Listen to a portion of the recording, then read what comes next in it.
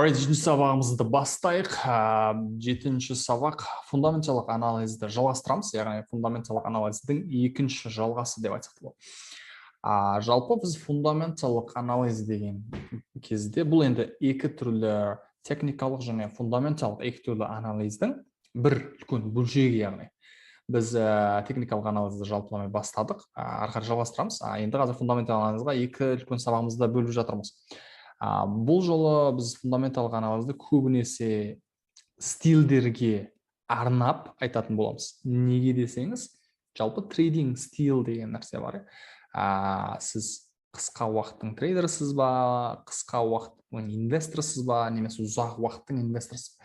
Дәл осыған байланысты сіздің жаңағы фундаментал техникалық анализдің қайсысына көбірек көңіл бөлесіз және қайсы анализді қолданасыз, қайсы индикаторды қолданасыз дегенге келіп тіреледі дегенсіз. Жалпы position trading, swing trading деген екі түрлі стил бар. Position trading жалпы үлкен картинаға инвестиция жасау, ұзақ уақытқа. Swing trading ол қысқа уақытқа инвестиция жасау. Бүгінгі енді айтылатын тақырыптар, оның сыртында біз екі түрлі индикатор көреміз. Индикатор яғни қандай бір математикалық көрсеткіш сізге сатып ал, сат, қатты өсіп кетті акция, жақсы бағада тұр дегенді көрсете алатын индикаторлар. Simple moving average, exponential moving average деген. Сіз қандай трейдерсіз деген сұраққа жауап беруге тырысайық. Жалпы кез келген трейд жасау үшін, немесе сделка ашу үшін, инвестиция трейдинг жасау үшін сізге жоспар болу керек. Нақты, четкий деп айтамыз, нақты жоспар болу.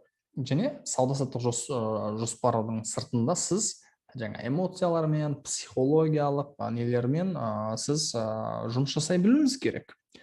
Егер сізде нақты план болған жағдайда, осында эмоциялық, психологиялық стресстер сізде жойылады.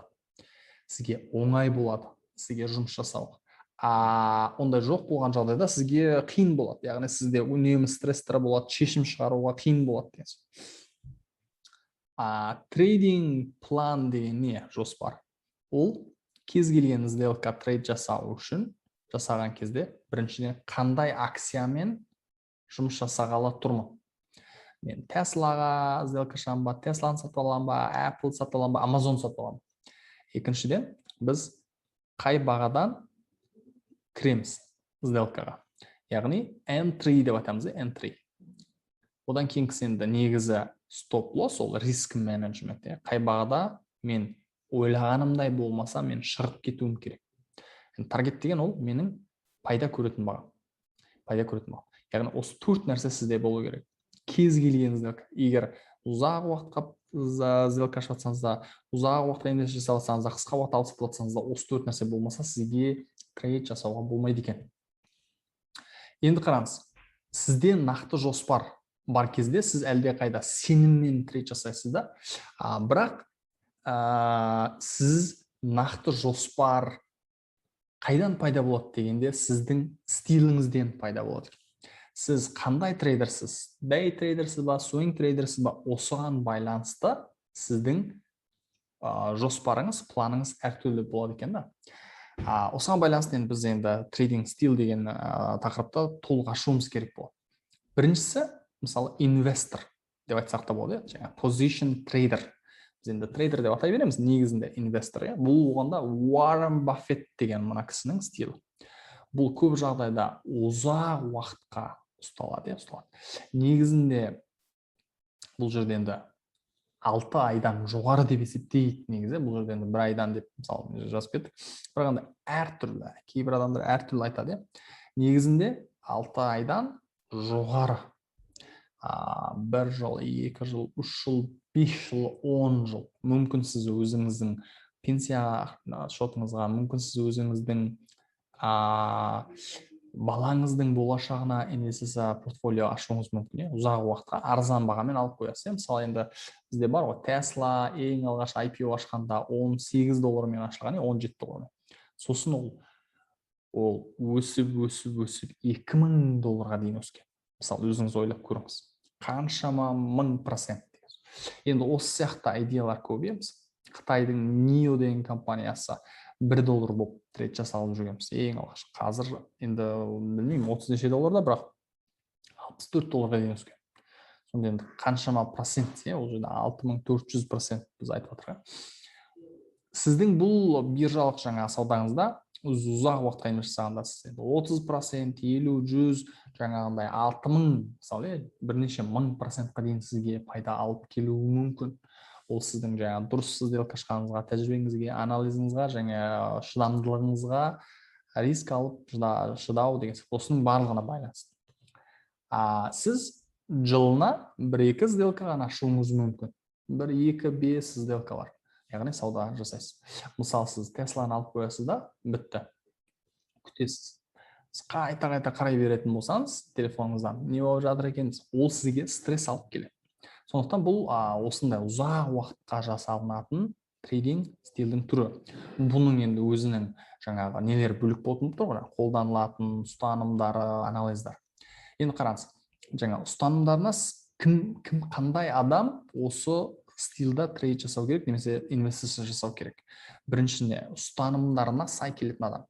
Өзінің принципі бар, өзінің ұстанымы бар деген.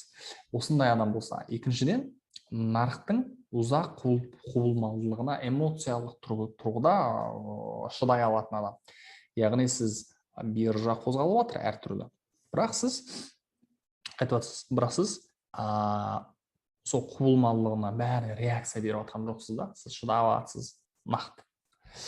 Өйткені сіз кішкентай уақытта ол қозғала береді, акциялар. Оның бәріне сіз реакция беретін болсаңыз, сізге ол стресс алып келуі мүмкін өміріңізге. Үшіншіден, шынымен жақсы жаңа фундаменталдық анализді көбірек жасай алатын адам. Фундаменталдық анализ біз көрдік кеше. Жаңағы компанияның ішкі отчеттары, дивидендтері, мысалы, бүткіл қандай компанияға жатады, флоты қанша, акциясы қанша, шорт флоты қанша, дивиденд қанша, пайда тауып отыр ма, жоқ па, әлі минуста ма, қандай жаңалықтар бар деген. Осының барлығын зерттей алады. Микроэкономика, мысалы, кішкентай инфляция сияқты нәрселерді мысалы біледі. Swing trade. Бұл енді өте қызық. Біз жалпы осы swing tradeға біріншіден көңіл бөлеміз. Енді жаңа position trade деген ол негізі портфолио құруды айтсақ болады. Портфолио құрудың бір үлкен мысал. Swing trade деген ол трейдинг. Сіз трейд жасайсыз, бірақ көбінесе қысқа уақытқа. Мысалы, сіз бүгін акцияны алып, ертең сатып жіберсеңіз, ол swing tradeға жатады.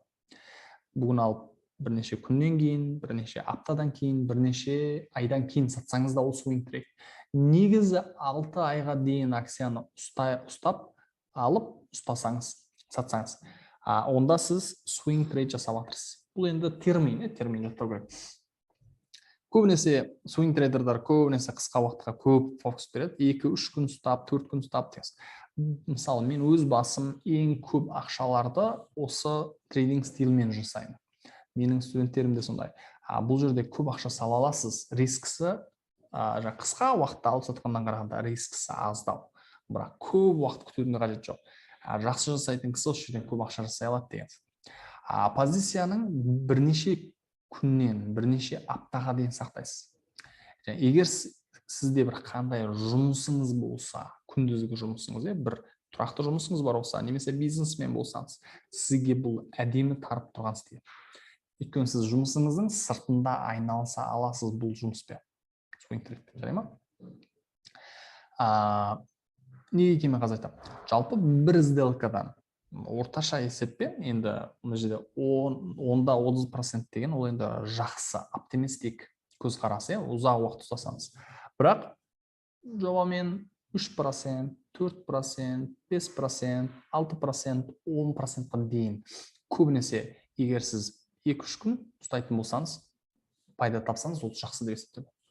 Ұзақ уақытқа ұстасаңыз, мысалы, бірнеше айға ұстасаңыз, онда 30%-қа жүгіресіз деген. Өйткені сіздің ол swing трейдтің ішінен де өте қысқа swing трейд, ұзақ уақытқа swing трейд деп бөлінеді. Сізге позицияға кірудің жақсы нүктелерін табуға жете үлкен картиналармен, бір күндік уақыттармен, бір свечалармен. көбінесе біз 1 жылдың графиктарымен жұмыс жасаймыз. Бұл жерде онда ақшаңыздың бір акциядан бірнеше күнде алып сатуға сізге ыңғайлы болса, немесе айына бір немесе аптасына 1-2 сделка жасаған сізге ыңғайлы болса. Күнде трейд жасау емес, аптасына 1-2 сделка жасайсыз, ақша кіріп тұрса сізге, соны қаласаңыз. Яғни сізге лайфстайл, өмір салтыңызға сол ыңғайлы болса жұмысыңыз. Сіз шыдамды адам болсаңыз, яғни сіз шыдамсыз адам тағы бұны жасай алмайды. Себебі шыдамды адамға дегенде бұған бірнеше апта, бірнеше күн болса да шыдап береді.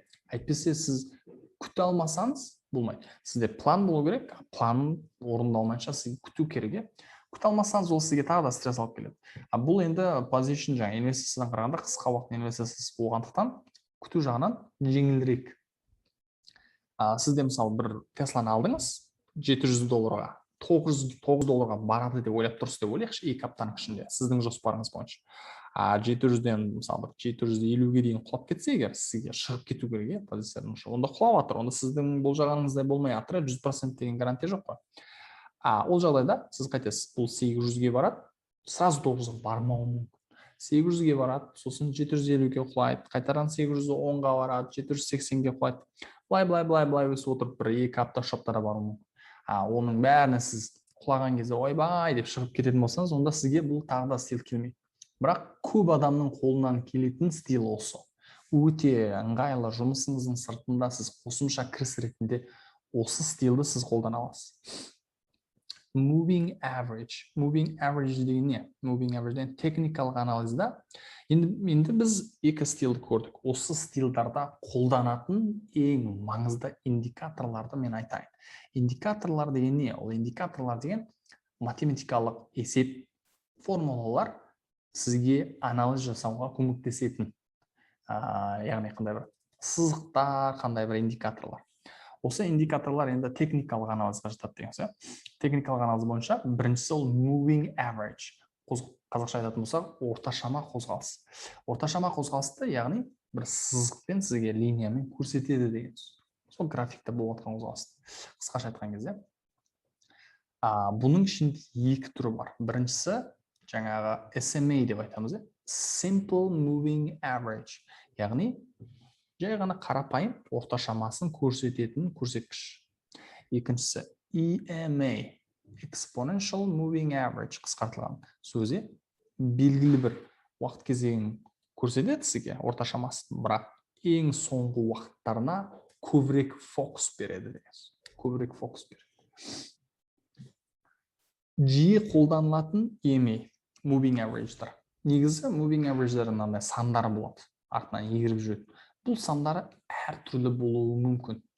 Мысалы, 200 moving average, 50 moving average дейміз, 29. Мысалы, 180, 30 дейміз.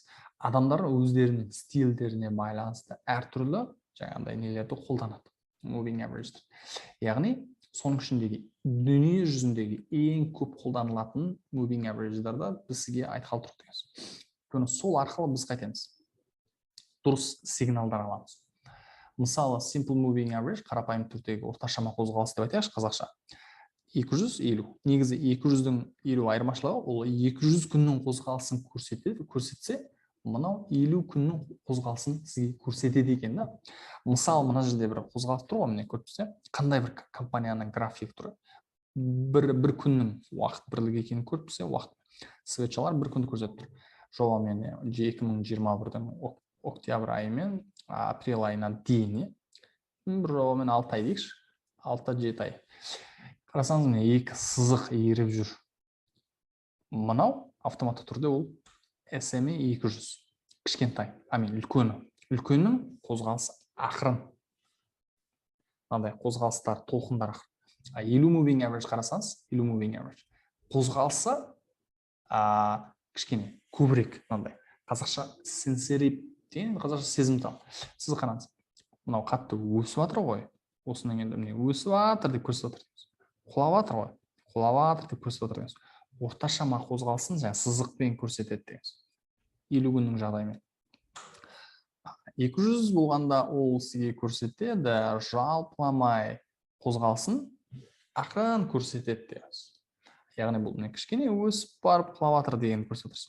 Ал үлкен картинада мүмкін жақсырақ көрсетеді. Көбінесе біз бұны қолданамыз мынандай поддержка ретінде, саппорт линиялары ретінде. Яғни осыған келіп, поддержка алып, саппорт алып, өсіп жатыр. Саппорт алып, өсіп жатыр. Қайтадан бұзды, енді резистанс алып жатыр. Өйткені баға астында қалды да сызық үстінде қалды. Сондықтан бұл бізге мен сізге айтқанмен техникалық анализда бүткіл индикаторлар бізге нені табуға көмектеседі? Саппорт пен резистанс, өткен сабақта көреміз. Саппорт резистанс, яғни поддержка мен сопротивлениеға ма қалай? Енді саппорт резистанс екеуін көрсетеді. Мынау сатып алатын баға, мынау сататын баға. Осы екенін бізге табу керек. Осыны тапқан жағдайда ғана сіз дұрыс акцияларды дұрыс бағада алып, дұрыс бағада сата аласыз. Мен сізге айттым, iPhone қалай болады жалпы iPhone? Соған байланысты. Сол сияқты қысқа мерзімді трейдерлар. Мысалы, бұл қалай дегенде, ұзақ уақытқа инвест жасаған кезде мына екеуін қолданамыз біз. Қысқа уақытқа, мысалы, day трейдердар, бір күннің ішінде алып, бір күннің графигімен ғана жұмыс жасайтын қысқа трейдердар, ол 20 мен 9-ды қолданады. Оның ішінде exponential moving average-дарды қолданады. Қазір мен қалай салатынын көрсетемін қазір. Moving average жалпы көрсететін нәрсесі, поддержка, сатып алатын сигналдар, сататын сигналдар. Осыны сызық сізге саласыз индикаторда, сол сызық сізге автоматтық түрде шығады. Сол автоматтық түрде тұрған сызық сізге енді мынау құласа, мына маңайға келгенде өсуі мүмкін. Бұл сізге сигнал беріп отыр. Мынау құладан екі сызық қатар тұр, осы маңайдан өсуі мүмкін. Неге өседі деген кезде ол бәрібір де кім алып сатып жатыр? Алып сатып жатқан адамдар ол адамдар ғой, сіз екенбіз. Біз қалай шешім қабылдаймыз? Біз психологиямен қарап отырып шешім қабылдаймыз. Соған байланысты. Мысалы, мына жерде 50 мен 200 тұр. Қарасаңыз, Tesla компаниясы, бір күндік уақыт бірлігі, бір күндік уақыт. Салдық, бізге уже көрініп тұр, 2020 жылдан бастап, 6 айынан бастап, 2022-6 дегенде таза 2 жылдың графигі өтті. 2 жылдың графигі бойынша көріпсіз. Қарасаңыз, көк сызық, көк линия, ол SMA 50. SMA 200 олына сары. Көріпсіз, стрелка тұр. Қарасаңыз, 50-ге келгенде көп поддержкалар берген, сигналдар берген. Енді бізге сигнал 50-ге келгенде, яғни өсіп жатыр. Осыған келгенде сатып алып жатыр деген адамдар. Мен келесі жолы осыған келсе, сатып алуым керек екен деген сигнал алады. Бірақ бұл бұзып кетуі мүмкін былай. Ол фундаменталдық жаңалықтармен, жаман жаңалықтармен, экономикадағы қатты үлкен жаңалықтармен бұзып кетуі әбден мүмкін. Кез келген уақытта бұзылуы мүмкін. Ал оған дайын болуымыз керек. Бұзып кетті, сондықтан біз риск менеджмент қолданамыз ғой. Мына жерден енді 200 moving average-ға қайтты поддержка беріп отыр. Дәл осыған келіп, акциялар ары бұза алмай, ошеді. Ол деген сөз, осы линияға келгенде адамдар сатып алып жатыр деген сөз, жақсы бағада тұр деген сигналдар адамға келіп жатқандықтан.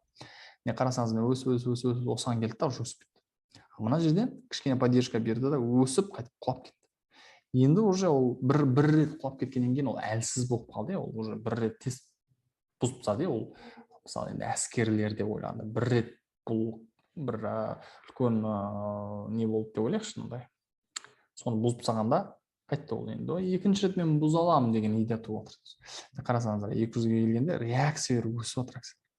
Бірақ екіншісінде бұзып кетті. Мына жерде кішкене поддержка алған. Осылай енді біз moving average-дерді салу арқылы қайтеміз. Қай жерден алып сатсақ болады екен деген бізге нелері келеді дейміз. Қысқа, мысалы, бір күндік графигі, мынау қазір бір күннің графигі, биржа нарығы ашылып жатыр, биржа нарығы жабылып жатыр. Кешкі Алматы Астана уақытымен кешкі 7:30-да ашылды. Tesla компаниясы, Tesla 5 минуттық уақыт. Светчалар 5 минутты көрсетіп тұр. EMA 9 мен EMA 20-ны салып жатыр. Бұл кішкентайлар, кішкентай график. Бұл жерде онда көріпсіздер. 9 менен 20, екі сызық. Екі линия еріп жүр. 9-ы ол жақын. 20-сы ол ұзақ. Кішкене алыстау. Үлкен болған сайын оның реакциясы ақырындау болады. Кішкентай болған сайын оның реакциясы көбірек. Графиканың қозғалысын анығырақ көрсетуге тырысады деген сөз. Бірақ кішкентай болған сайын бұзып кетуі шансы жоғары. Қарасаңыз 9-ның үстіне шықты, уже сізді сатып алатын сигнал берді. Енді қайтадан келіп поддержка алды. Екінші рет сізге сатып ал деген сигнал берді. Поддержка алып отыр ғой. Үшінші ретінде уже поддержка алды, бірақ бұзып кетті. Сосын уже резистенсқа айланып отыр. Енді резистенсқа айланып отыр. Енді құлаған кезде резистенс беріп отыр. Сөйтіп қалып алды да, қайтадан 20 moving average-ға тест жасап отыр. Тест жасап отыр айтамыз да, бұл жерден уже құлап отыр екен, тренд жалғасып. Құлады. Мына жерде 9 moving average-дан resistance. Енді мен мысалы осылай трейд жасағанда осындай сигналдармен шорт жасаймын, мысалы мына жерден шорт жасаймын. Мына жерде мен long позицияға кіріп жатырмын.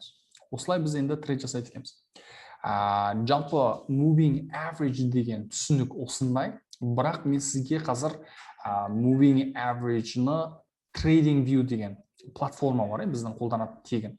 Бұл платформаға байланысты, тек осы платформаға байланысты бізде бонус сабақтар бар. Сол бонус сабақта көріп шығыңыз біріншіден. Қалай қолданамыз? Бұл енді TradingView деген веб-сайт. Мен сізге жалпы moving average-ны қалай қосады деген айтқым келіп тұр. Біз енді анализді көбінесе осы TradingView-мен жасауға тырысамыз. Мысалы мен кірдім, жаңа веб-сайтқа кірдім, насып шығады, маған мына жерге Tesla деп жазамын. Мына жерге ticker symbol деп айтамыз, белгісін TSLA деп жазып Enter-ды бастым. Маған уже бұл компанияның графигі шығып келді. Мына жерде мен уақыт таңдаймын, 5 минут, 15 минут, 30 минут, да. Енді бір күндік таңдайыншы, кішкене үлкен графиганы біз не жасап көрейік жаңағындай. Мысалы бүйтіп өтте сығылысып тұрсам, ауто деген бір осыны басып қаласыз. Сосын сізге былай график дұрыс шығады. Енді мен мынаны кішкене жақындатайын. Tesla компаниясы дәл қазіргі жағдайда $869 74 цент болып тұр. Биржа нарығы жабық тұр ғой. Енді мен moving average жалпы индикаторларды біз мына индикатор дегенмен қосамыз. Бастым. Жерге simple moving average деп жазамыз. Simple moving average деп шығады. Жұлдызша қойып алсаңыз болады. Мысалы мен simple moving average-ні бастым. Кіріп келді уже. Қарасаңыздар, міне simple moving average дегенде өте көп сызық болып кетті. Мына жерде көп ішінде moving average-дар бар деген. Мына жерде simple moving average кіріп келді. Мен нені басамын? Настройка. Мынаның бәрін алып тастасақ болады. Мына жерде қайсысы бізге керек?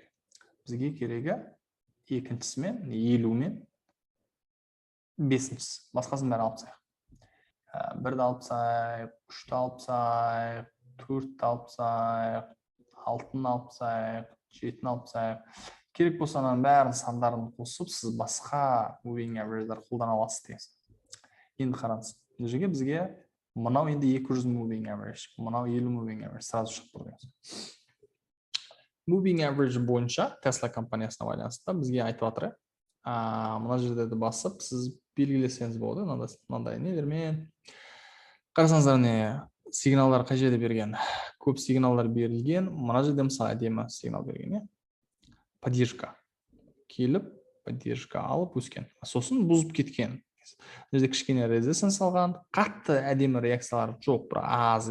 Мына жерде мысалы қарасаңыз кішігірім резистенс бар, резистенс бар. Көрдіңіздер, оны екі рет резистенс берген. 2 рет резистенс бар. Мына жерде 1 рет, мына жерде тағы да 1 рет. Егер жақсылап қарайтын болсаңыз. Осы ұқсап, мысалы бізге қажет дегенде сигналдар береді екен. Акция құлаған, резистенс беріп келіп 200-ге мынаған бір тест жасап, бұза алмаған, құлап кеткен. Мына жерде үлкен сатушылар бар дегенсе, осы moving average-ға келгенде акцияларын сатып жатыр. Немесе шорт жасап жатыр дегенсіз. Мына жерде кішкене бар, мына жерде moving average-ға келіп, резистенс беріп келіп, үстіне қарай кеткен да уже. Енді қарасаңыз мына жерден беріп тұр. Бірақ бұны айтатынымызда кішкене бұзылған деп айтылды. Нақты әдемі сигнал емес. Әдемі сигналдар нақты тип, кішкене 3 тип құлап кету керек. Мынада 200 moving average-ін бұзуға тырысқан негізі, бірақ бұзып қалған. Осы сияқты енді бізге сигналдар беріп жатыр. біз осылай енді қолданамыз индикаторды. Мына ішінде индикатор жаңа жазғанда көп шығып келді, осы moving average'дардың кез келгенін қолдана беруге болады. Сондықтан жаңа настройкасына кіріп жөндеп аласыз деген. Жалпы негізі қолдану тәсілі осындай. Енді қызықты болды деген ойдамын. Келесі сабақта кездескенше сау болыңыздар.